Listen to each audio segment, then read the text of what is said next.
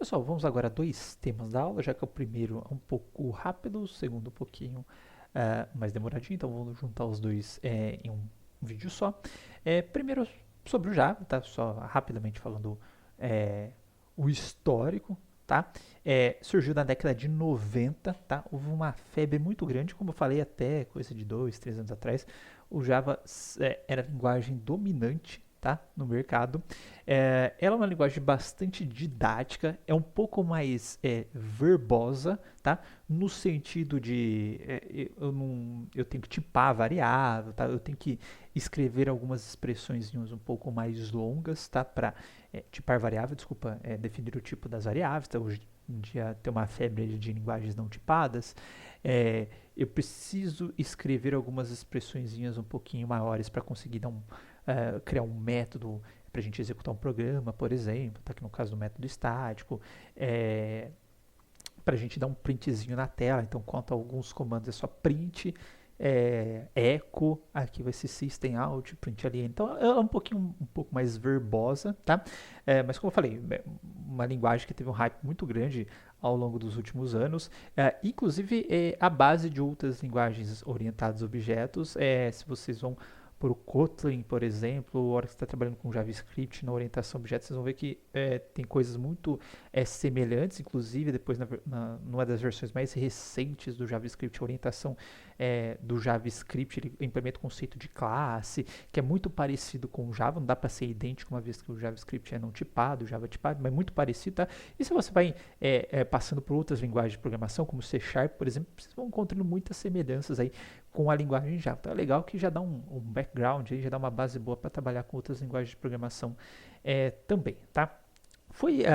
Tornou-se aí ao longo dos anos uma das linguagens preferidas para aplicações web, para softwares de dispositivos embarcados, enfim, uma série de funcionalidades para aplicativos desktop. Se vocês abrirem da Receita Federal, por exemplo, você não tem que declarar imposto, ele é feito em Java, e vários outros programas também foram feitos em Java para as mais diversas finalidades, né?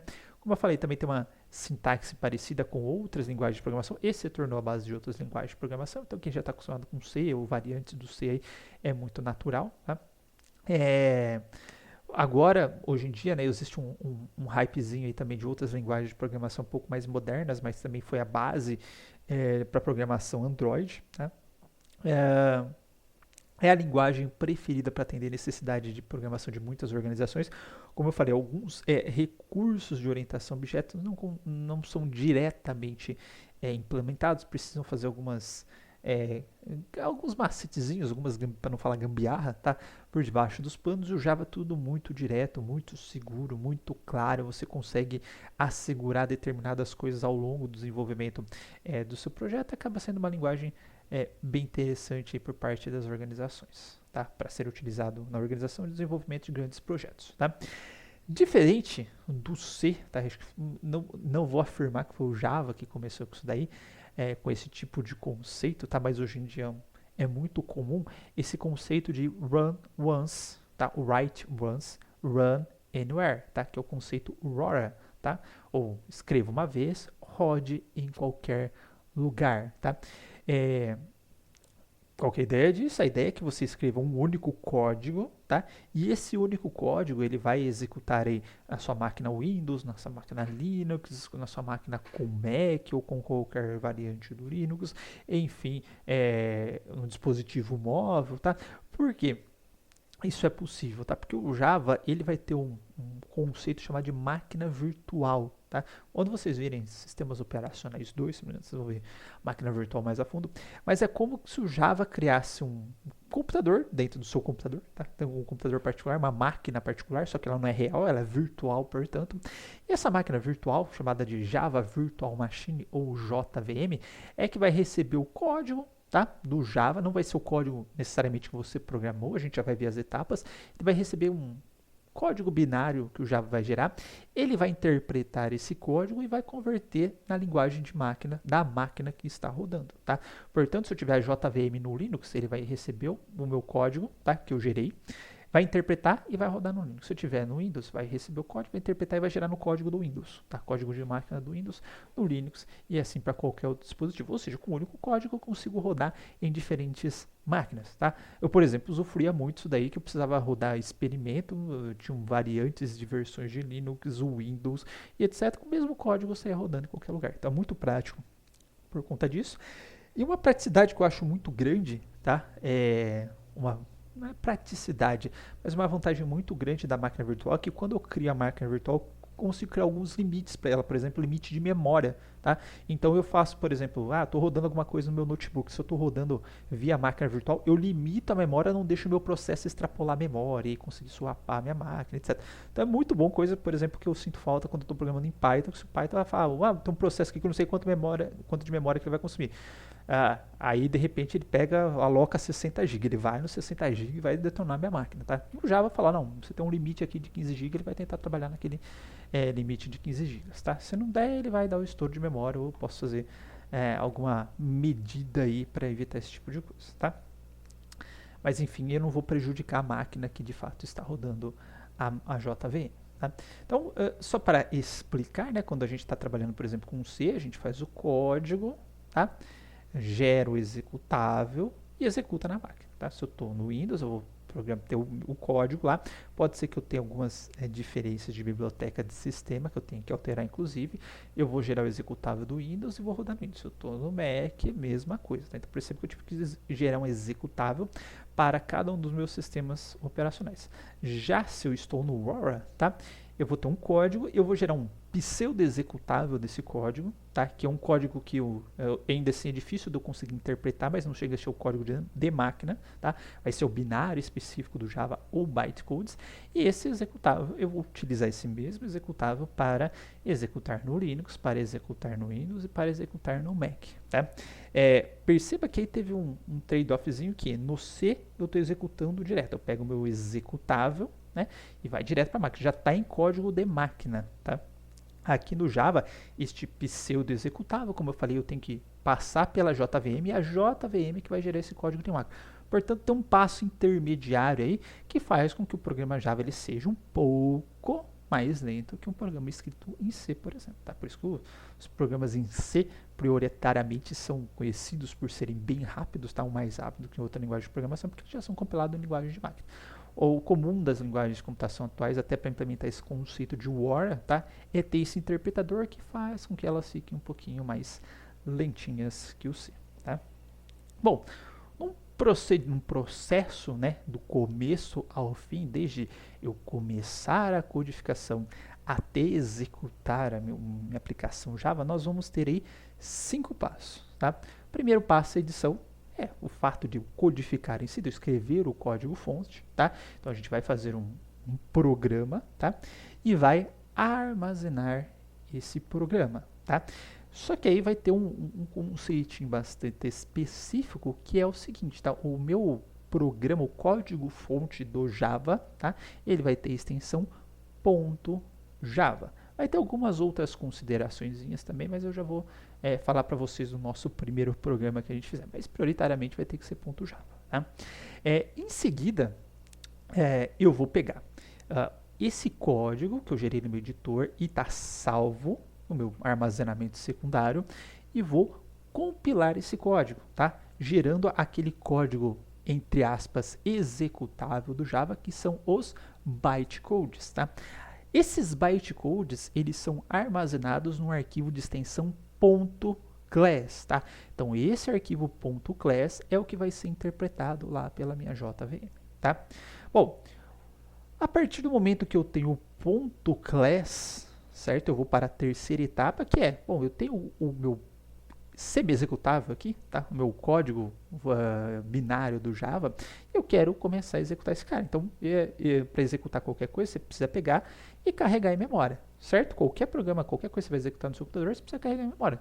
Então, aí vem a fase do carregamento, que a gente vai pegar esse código-fonte e vai carregar em memória para que a minha JVM consiga executá-lo. Tá? Por fim, vem o passo 4, tá? Que é o passo de verificação, tá? O Java, inclusive, tem várias restriçõezinhas aí de segurança para ver se você não está acessando nada indevido no seu computador, tudo bonitinho, garantir toda a integridade da execução do código. Então vai ter esse passo de verificação do bytecodes. E por fim, fala, ó, carreguei, tá tudo ok? Vamos executar esse código. Vem a fase 5, que é a fase de execução do código, tá? Que é onde a JVM vai pegar aqueles bytecodes que estão em memória e foram verificados e vai traduzir para a linguagem de máquina apropriada, que é a linguagem do sistema onde eu estou executando o JVM, ok? Vamos então fazer agora, tá? Só para não ficar só na teoria, tá? Vamos começar a fazer as instalações necessárias. No caso, minha máquina já está instalada, porque o programa faz um tempo, mas mostrar para vocês como que vocês vão precisar usar. E a gente já começa a fazer, brincar de codificar e ver esses 5 passos, tá, acontecendo. Obviamente que esse passo 3, 4 e 5 é feito numa pancada só, que a hora que eu falo, opa, eu quero executar um Java. Não tem um comando para carregar, um comando para verificar, um comando para executar. Eu já tem um comando que carrega, verifica e executa ao mesmo tempo, tá? Mas o passo 1, 2 a gente consegue fazer isolado e o 3, 4 e 5 isolado também, tá? Então vamos lá. Bom, primeira coisa, tá? Eu preciso concretizar o meu passo 1. Qual que é o passo 1? Passo da edição. Preciso fazer o meu código-fonte, tá? Para fazer o código-fonte, qualquer editor de textos, tá? Ele é capaz de você escrever um texto plano e salvar esse arquivo no seu dispositivo de armazenamento secundário, tá? Então aqui a gente pode utilizar, se está no Windows, Notepad, Notepad++, se está no Linux, o Gedit, o VI, Emacs, Pico, qualquer sistema operacional você pode utilizar um editorzinho bem mais legal, que é o VS Code, tá? Que eu uso para fazer outras programações em outras linguagens, tá? E mais para frente a gente vai utilizar uma IDE mesmo, que é o NetBeans, tá? Se bem que eu posso encaixar o VS Code como IDE também, tá? Mas eu preferi mantê-lo separado. Mas a gente pode ter uma IDE também. E nesse caso, tá? A gente vai utilizar o NetBeans. Eu poderia usar, como eu falei, eu uso o VS Code para basicamente tudo hoje em dia. Mas tá, na parte que a gente for trabalhar com interface gráfica, o NetBeans ele vai nos dar um gásinho bom, tá? Então eu vou preferir manter o NetBeans para essa disciplina por conta da parte final, tá? Mas tudo que eu fizer você consegue fazer de maneira igual no VS Code, né? Só essa parte gráfica que você não vai conseguir fazer de qualquer forma em algum outro momento do curso. Vocês vão ter contato com o editor VS Code, principalmente no que se trata de programação web, tá? Além disso, tá, nós temos a possibilidade também de editar o código e a partir desse momento que a gente editou, executar também, nós temos opções online para isso, tá? Eu usava bastante esse Tutorials Point, hoje em dia o REPL, tá, é bem famoso para várias linguagens de programação. Por exemplo, se vocês vierem aqui no browser, tá, digitar REPL, R-E-P-L, e a linguagem de programação que vocês querem, tá? Já está aqui Java Online, Compiler, Interpreter, tudo bonitinho, ó, já tem até o códigozinho Java, tudo bonitinho. Você já vai ter deixa eu dar uma ampliadinha aqui, tá?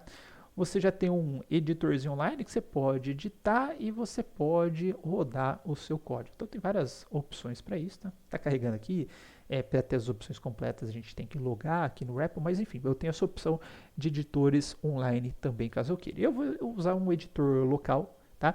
Eu começo com muito simples, tá? Que vai ser um editor de texto bem basicão para a gente fazer tudo na mão, sofrer bonitinho, tá? Porque a hora que a gente partir para a IDE, as nossas IDEs vão dar uma série de facilidade de completar código, de criar métodos sozinho, etc. Então no começo a gente vai fazer um pouco mais sofrido para pegar o jeito da linguagem. Tá? Vai compilar na mão, tudo bonitinho, executar na mão, e depois, dado um determinado momento, a gente parte para a IDE, que a IDE já compila, executa, preenche código, tudo bonitinho. Tá? Então, para começar, tá? Neste começo, eu vou pegar um editor de texto. Tá? Se você está no Windows, você pode utilizar uma máquina pode utilizar o Notepad++, por exemplo, tá? Eu vou utilizar esse editor de texto para poder pegar até um pouco mais robusto aqui, mas vou pegar o editor de textos mesmo, bem simplesinho, tá? Escrevendo aqui, tudo bonitinho, e que vou fazer o meu programa Java nesse editor de texto quase sem recurso algum, tudo bem? Bom, dado que eu tenho um editor de texto que eu escolhi, tá? Vou até pegar aqui da máquina virtual, deixa eu jogar minha máquina virtual para cá. Vou parar de trabalho, aulas. Só que lembra que eu falei, né, lá no começo, que o Java é uma linguagem um pouco mais verbosa, eu tenho que escrever um pouco mais de coisas aí para que o meu programa ele funcione, tá? Enquanto outras linguagens eu conseguiria fazer algo um pouco mais simples e direto. Então, para a gente fazer essa fase de codificação, tá? Eu vou pedir para que vocês meio que decorem algumas coisas, mas não se preocupem em decorar e não entender neste momento, porque ao longo das próximas aulas eu vou explicando cada detalhezinho daquilo que vocês decoraram, tá? Bom, todo programa Java, tá? Ele vai ser executado, a base de execução ou qualquer coisa que você fizer em Java, tá? Vai ter que ser feito utilizando classes. Por isso que tem até um ditado, se for programar, programe com classe. No caso, isso vale para várias linguagens, inclusive a linguagem Java. Tá? Tudo que a gente fizer vai ser com classe. Tá? Para programar, então, uma classe, tá? Para codificar uma classe, a gente vai utilizar, neste momento, tá? A palavra-chave public. Tá? A gente vai utilizar a palavra-chave class, de classe, tá? Então, estou criando uma classe pública, mas o que é público? Já vamos entender, tá? E a gente vai criar o nome, vai dar um nome para essa classe que a gente está programando, tá? Por exemplo, se eu quero criar uma classe chamada Hello World, o nome da minha classe vai ser Hello World. Eu gostaria que vocês atentassem para o fato que, tá? Eu escrevi Hello World utilizando a primeira letra de cada palavra em maiúsculo, tá? Poderia fazer assim, ó, hello, underline, world. Poderia, vai funcionar bonitinho, tá? Só que essa não é a convenção, tá? A convenção de programação Java é utilizar o estilo camel case, tá? Ou camelo, caixa de camelo, né?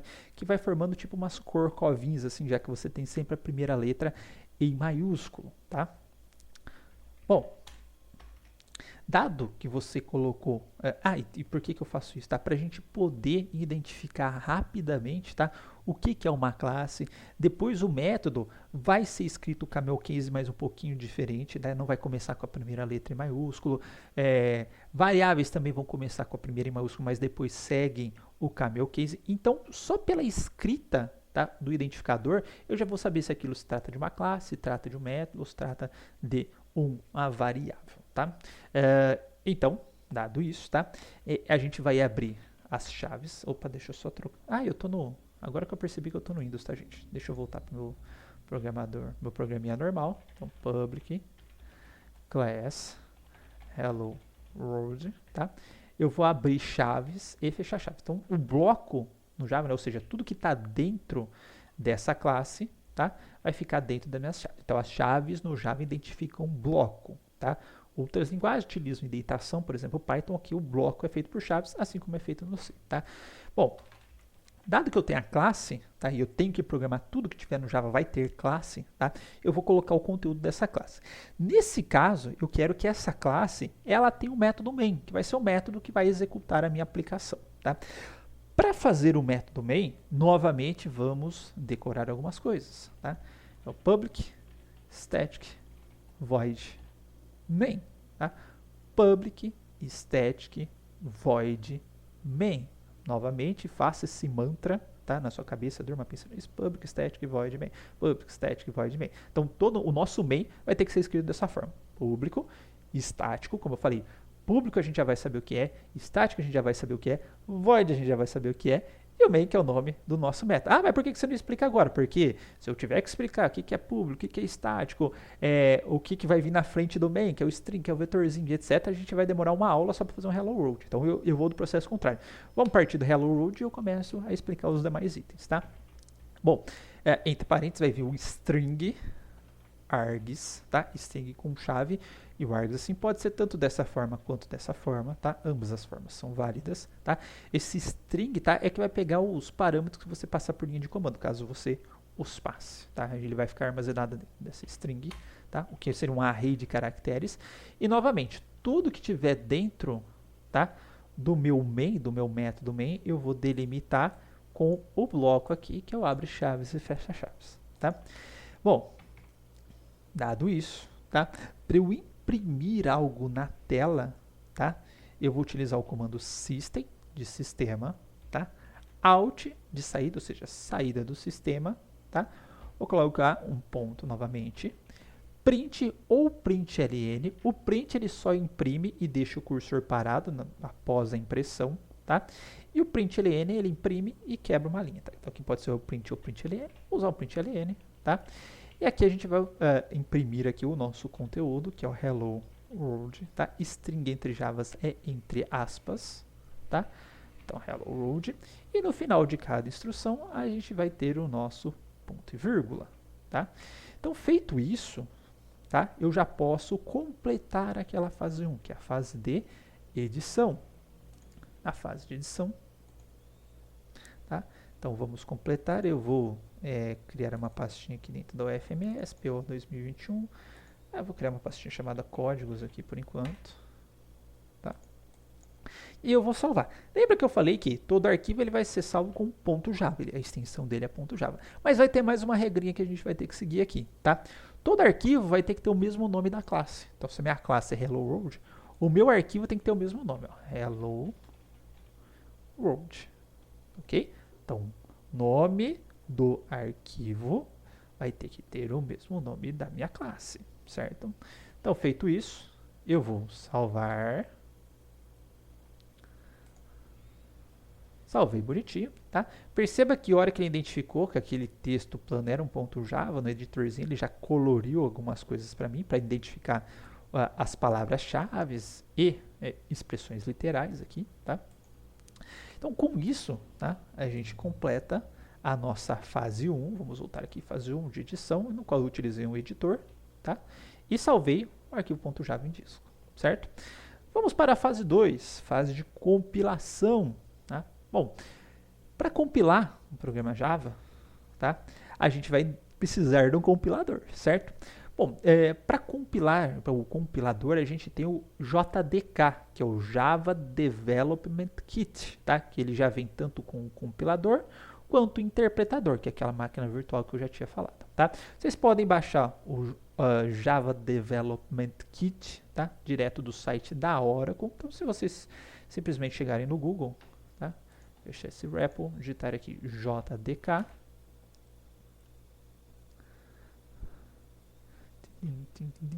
Tá? Já vai aparecer no primeiro site aqui, que é o site da Oracle, que é quem faz o desenvolvimento do Java nos dias atuais.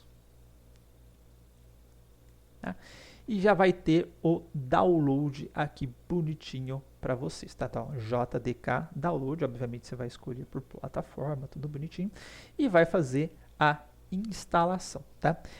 Você pode, tá, para facilitar, fazer o download JDK mais o NetBeans, que é aquela IDE que eu havia comentado com vocês que a gente vai utilizar na aula, tá? Então, se vocês entrarem aqui, vou pegar, por exemplo, a primeira ocorrência, tá?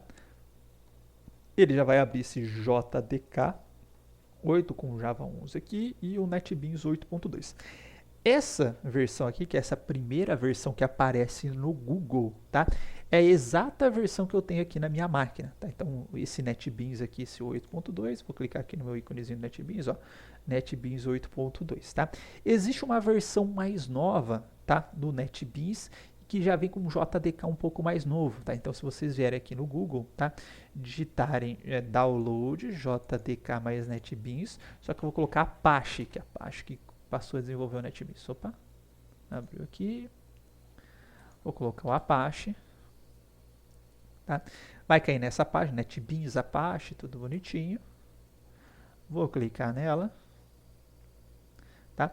Já vai ter as versões mais recentes do NetBeans e tem versões que já vem o Apache junto com o JDK. Acho que não foi bem essa página aqui, deixa eu ver. Download Apache JDK mais NetBeans. Vamos ver se está daqui. Apache NetBeans. Deixa eu procurar aqui por JDK. runs on the JDK 8 a 11, tá? As well as JDK. Né, daqui não tem para baixar, não. E o que aconteceu, na verdade? Nas disciplinas passadas, se eu não me engano, estava com incompatibilidade com versões mais recentes do Java, né? Foi feito o download do Java manual, tá? A versão mais recente, se eu não me engano, o Java está 15, e começou a dar problema com o Apache NetBeans, tá? Então, se vocês quiserem fazer esse download separado, tá? Pode fazer. Senão, vocês podem optar por fazer o download, aquele primeiro download, tá? Perceba que esse daqui é o Java 15, a versão mais recente, o NetBeans não vai funcionar. Vocês podem optar por fazer aquele primeiro download, JDK mais NetBeans, tá? Vai ficar com uma versão um pouquinho mais antiguinha do Java, mas já vai vir os dois instalados, não vai dar compatibilidade alguma com vocês, tá? Eu tenho instalado aqui na minha máquina virtual no Windows, tá? Não sei se é para o Linux especificamente que está dando algum problema, não está caindo na página direto, mas aqui, tá? No Linux, deixa eu colocar aqui, no Windows, desculpa, Java version, tá? Tá com o Java 15 e o NetBeans 12, tá? Acho que estava dando, era mais ou menos isso que estava no laboratório e estava dando algum probleminha especificamente no laboratório, tá? Então a gente acabou, por os labs, ainda mantendo uma versão um pouco mais antiga. Nesse daqui eu já testei, tá tranquilo, provavelmente eles devem ter corrigido o bug, tá? Então eu instalei, baixei o JDK mais recente, o 15, instalei o Apache NetBeans 12, tá? Nessa máquina aqui. Como eu falei, na minha máquina Windows, tá? E eu tô com a versão igualzinha a que está rodando atualmente no laboratório, tá? Por enquanto eu não pedi para alterar, porque vai que altere e dá algum tipo de problema de novo. Enfim, eu vou manter essa versão que eu sei que funciona bem e a gente já vai conseguir utilizá-las para aula, tá? Então, uma vez que você baixou, né, instalou o seu JDK na sua máquina, tá? Com o NetBeans ou não, nesse momento a gente não vai precisar usar o NetBeans. Para você saber se está funcionando, é muito simples, tá? Você vai abrir um terminal, tá? Eu vou ampliar aqui, meu Ctrl mais não funciona, tá?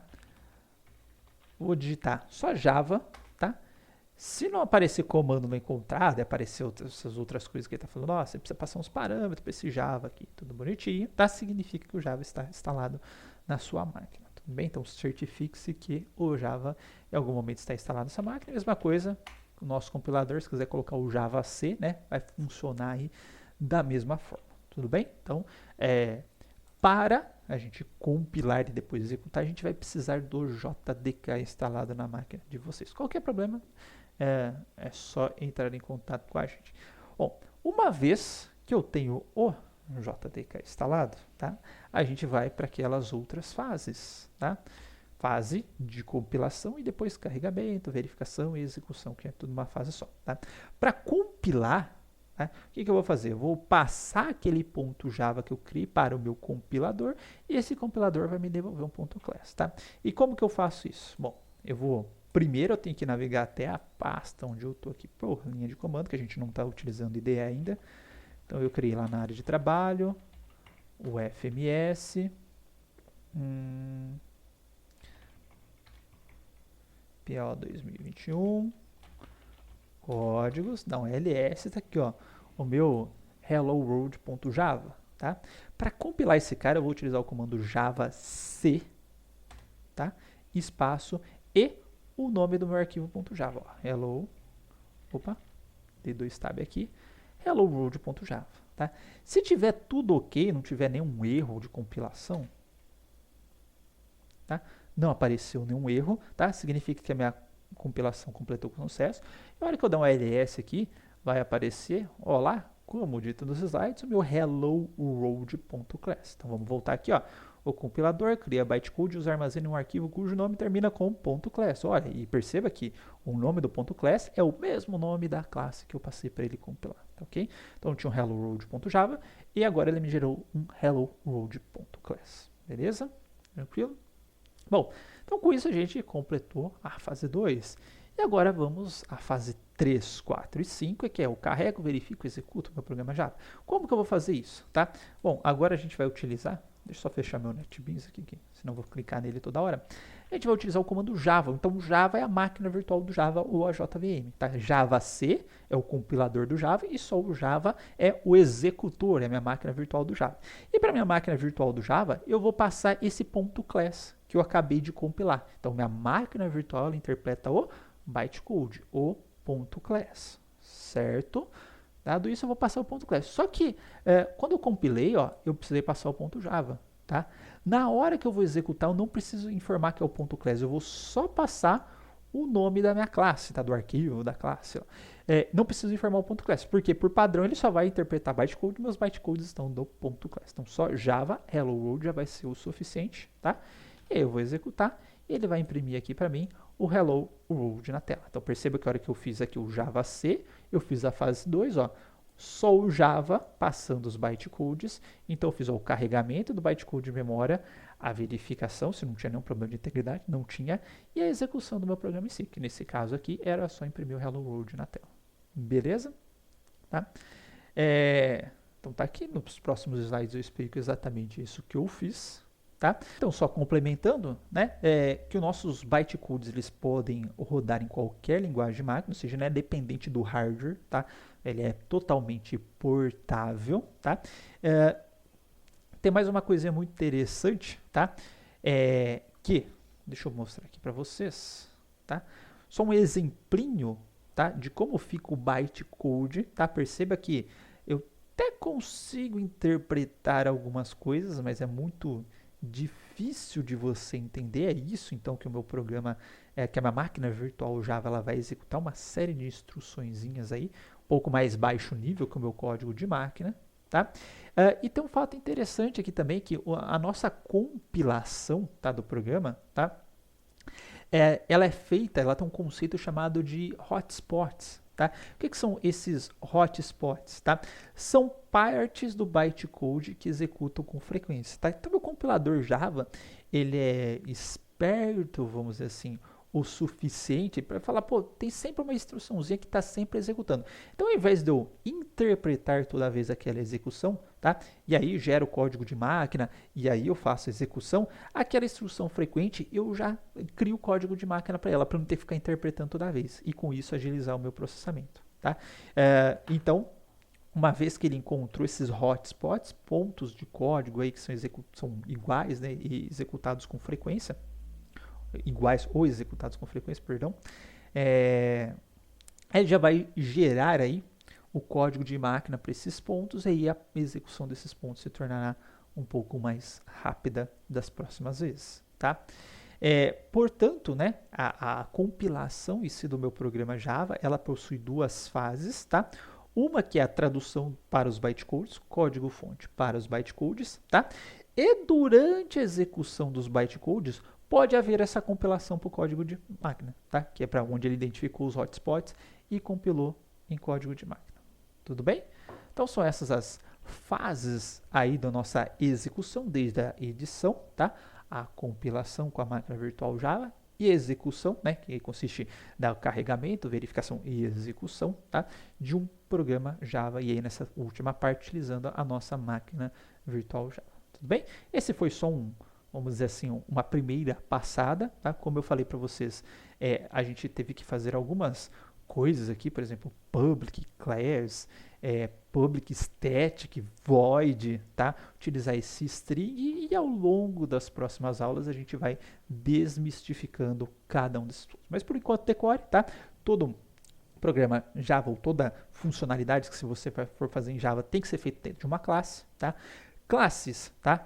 Métodos e variáveis serão escritos utilizando o padrão camel case, ou seja, se a escrita, tá, tiver mais de uma palavra, sempre as palavras subsequentes são escritas com a primeira, com a inicial delas em maiúscula, as palavras todas juntas, e no caso da classe, a primeira letra de cada palavra é escrita em maiúscula também. Tá? Como main aqui é uma única palavra, isso daqui é um método, tá? Eu escrevi ele em minúsculo, não teve palavras subsequentes para eu escrever em maiúsculo, mas, tá, por padrão, tudo que for classe, inclusive string é uma classe, esse system é uma classe que a gente vai ver mais para frente, a gente começa com a letra maiúscula, tá? Bom, além disso, ao final de cada aula, eu deixo materiais complementares, vídeos no YouTube, páginas que eu acho interessante. Caso vocês queiram ver os conceitos também apresentados de uma outra forma, ou se teve algum conceito que não está dentro do conteúdo da aula, mas eu acho interessante, vocês saibam também. Aqui eu deixo então uma série de materiais complementares, tá? Se alguém tiver problema, tá? Eu instalei o JDK de teu Java, não apareceu o comando Java, como resolver esse problema, está aqui também, tá? Materiais sobre paradigmas de programação, para quem quiser se aprofundar, tá? E no final da aula eu sempre deixo imagens do dia. Pelo jeito, se eu coloquei um aqui, é porque eu tenho a 2 também, tá? É uma aula, vamos dizer, atípica que eu coloquei 2 imagens do dia. Ok, pessoal? Então, até a próxima aula.